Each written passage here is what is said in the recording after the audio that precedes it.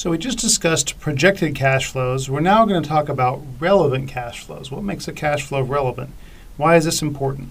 Let's come back to our overall evaluation process for an investment or a project. And we noted that in the projected cash flows, we're talking about how to estimate the future cash flows or project them into the future. But we have to make sure also in this first step that all the cash flows we are projecting are relevant to the particular investment or project that we're evaluating. So we ask the question, what is a relevant cash flow? We have two principles to help us answer that question. The first principle seems pretty obvious, and that's the cash flow principle, that only cash flows where money moves are relevant. So if there's a cash flow where money's not moving, it's not relevant. It kind of seems self-evident that when there's a flow, there's money moving, but we'll see it can be difficult to assess that at times. The second principle is with or without. So we're only going to consider cash flows relevant if they are different with the investment than without the investment. Or if we're looking at a project, with the project or without the project, any cash flows that differ between those two are relevant, and any of the ones that don't differ are not relevant. Let's talk more specifically about these principles. The cash flow principle, again, money has to move to be counted. So it's either money that's going to be received by the firm or as a cash inflow or paid out by the firm as a cash outflow. But if the money's not moving in or out of the firm, we don't count it. So some examples of things that are not cash flows are accrual accounting. Accrual accounting may register income when it's earned, when we make a sale, but cash hasn't moved yet, so it's not a cash flow until the cash moves. Some other costs that we will incorporate into our financial statements, like depreciation, are also not cash movements. There's not cash moving with depreciation. No, the cash related to depreciation all moves when we purchase the asset up front. Depreciation is a cost where there's no cash movement in the future.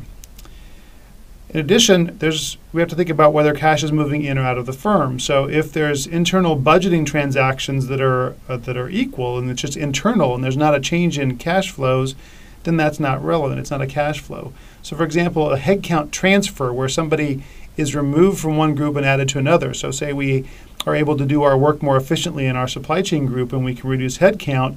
If that person is then deployed to a different group in the firm, then there's no cash flow related because the salaries are still being paid by the firm, even though our internal budget may go down. The flip side is if we are able to identify employees who are being freed up in another group and use them on our projects, we won't have to incorporate their salary in our project cash flows either. So that internal budgeting is all within the firm. Cash is not moving in or out of the firm, therefore it's not a cash flow, not a relevant cash flow. The with or without principle is really focused on whether things are incremental. And so the incremental to a particular project or investment, not the overall cash flows in our firm, the overall revenues or costs.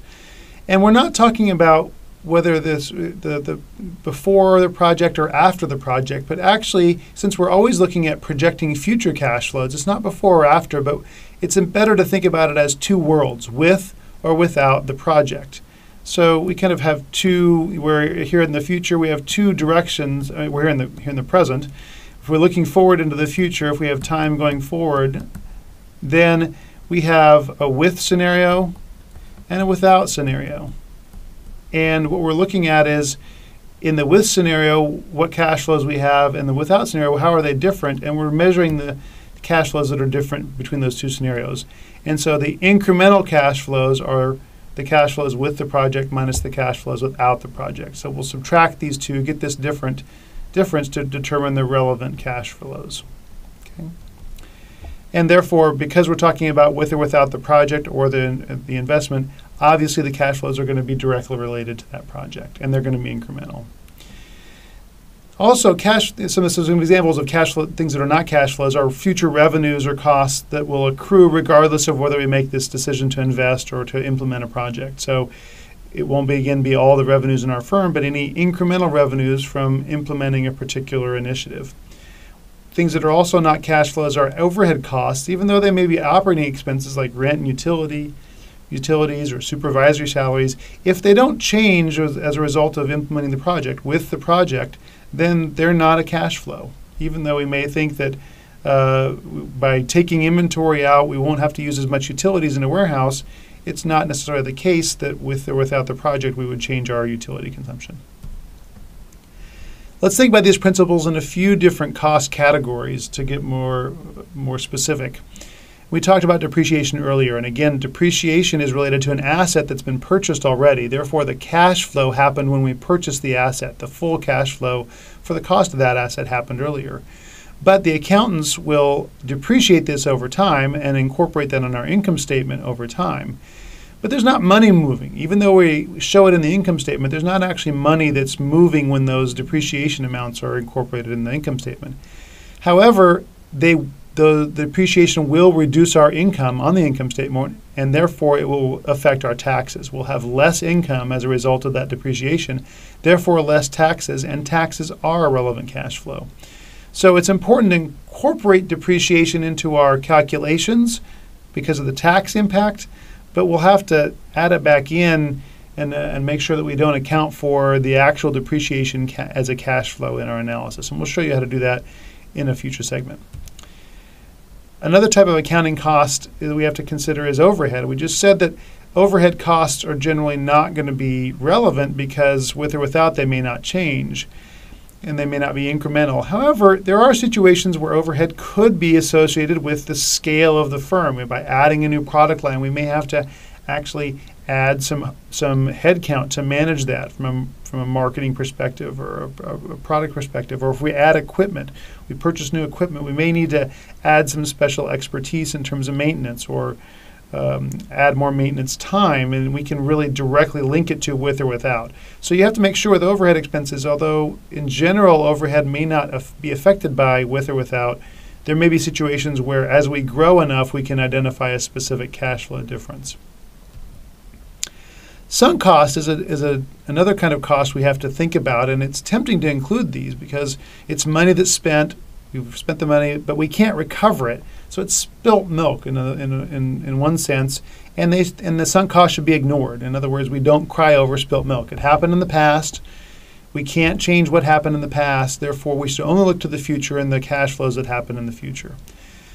This seems pretty obvious, but it can be tricky to implement. And there's an example I'm going to give you of a government contractor in the past that they were seeking a federal guarantee for a loan because they wanted to continue developing a new major technology. They'd spent a lot of money developing this new technology and needed more money, more capital to keep the project going. And there were two arguments that were made in that situation. One is, it's foolish to abandon a project because we've already spent $1 billion. We should keep going.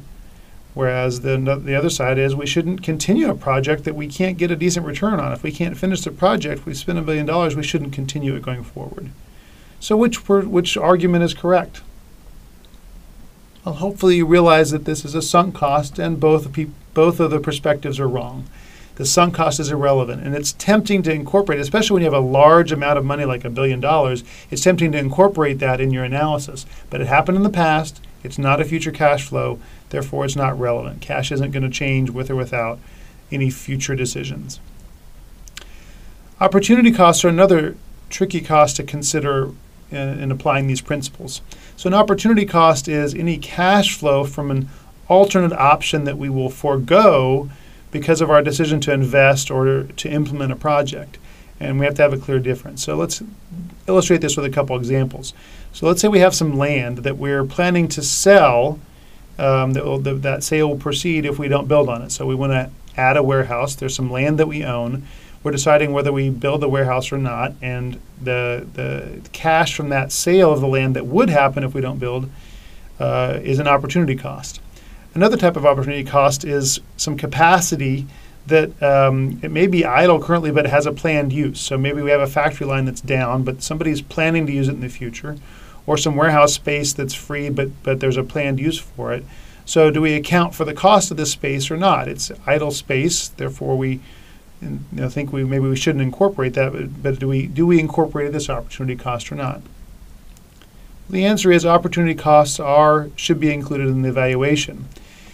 Again, thinking the with or without principle. In terms of the land sale, if we implement our warehouse and build our warehouse, with the warehouse we will not sell the land, but without the warehouse, because it's they're planning to proceed forward in selling the land, we're going to forego the sales revenue, so therefore it would be relevant cost. Likewise, idle factory lines or warehouse space that has a planned use. It may be idle now or maybe empty warehouse space, but there was a plan to put a new product line in either in the factory or in that space. If that plan has to be foregone, you forego that plan because of your decision to implement your project, then that opportunity cost of that plan is something we have to incorporate. It's a relevant cost, even though it's not something that's currently happening.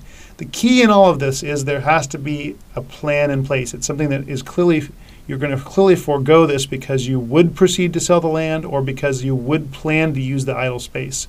So the key is the intention. It has to be already kind of planned, and that we're now going to forego this. One kind of opportunity cost that is a bit special is any capital that we free up through our projects. That capital could be reinvested, and there could be opportunity costs for those investments. But the capital, the actual capital that we can free up, is something that we don't incorporate in our analysis because of the nature of how we do our discounted cash flow analysis. And we'll get to that in the next session.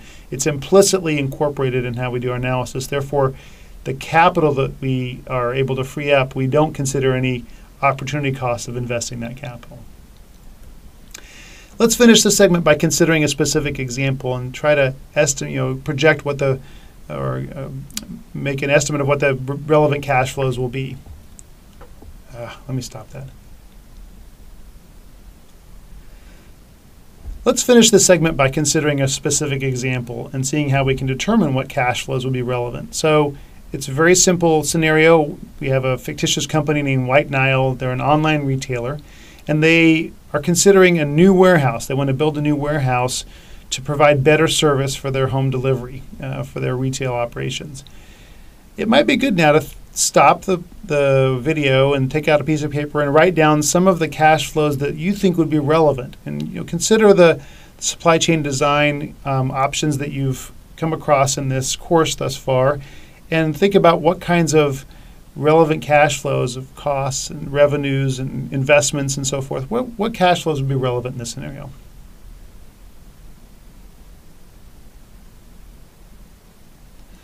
Okay, hopefully you've had some time to take out a piece of paper and write down some ideas for relevant cash flows. And I'll walk through a few of them. You may have thought some other ones, but I'll walk through a few of them and see if we came up with some of the same ideas.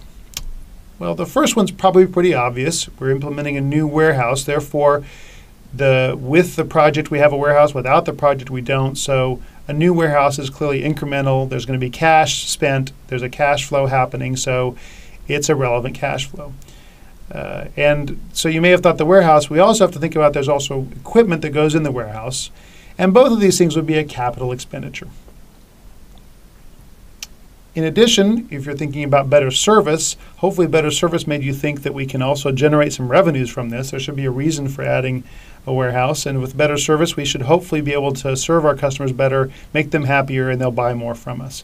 So more revenue would be with the warehouse, with better service. We have to account for only the revenue that would be as a result of the better warehouse. So in the region where we provide better service, that's relevant revenue. In other regions served by other warehouses, that revenue would not be relevant because with or without the project, that stays the same. We also have, in adding our warehouse, we have labor. Now, labor is an overhead expense. It's an operating expense that's considered overhead, and we know that overhead can or cannot be considered relevant depending on with or without. But this is a pretty clear case. We're adding a warehouse. With the warehouse, we need labor. Without the warehouse, we don't need that labor. So it's a pretty clear incremental change in terms of overhead and labor for the warehouse in this situation. We also have to fill the warehouse with inventory. And again, with the project, we have to add warehouse inventory into this warehouse. Without the project, we don't have inventory. And again, we're assuming we don't have information about the other warehouses or other inventory initiatives. But just for this warehouse, we have to consider the incremental inventory required to fill it up. And that would be working capital investments. And finally, one other thing you may have thought of is transportation cost. This is related to the design of our network. By having an additional warehouse, we can now, in terms of delivering landed cost to our customer, we can have longer segments of our transportation in full loads to the warehouse. So we could use our own fleet, for example, fill our trucks up and be very efficient. And then we'll reduce the distance we're traveling from the warehouse to the customer where it's going to be less efficient. Perhaps we are hiring a third party with small delivery vehicles to deliver, and that'll be a higher cost per mile. So we're reducing the distance for those less efficient shipments to the customer, and therefore overall we should lower our transportation costs, which is a lower operating expense. And it would be relevant because with the warehouse we make this change, without we don't. So hopefully this example helps you think about what cash flows are relevant or not. We'll use this example again later on, and we'll put some numbers to it to see how this particular situation could be evaluated.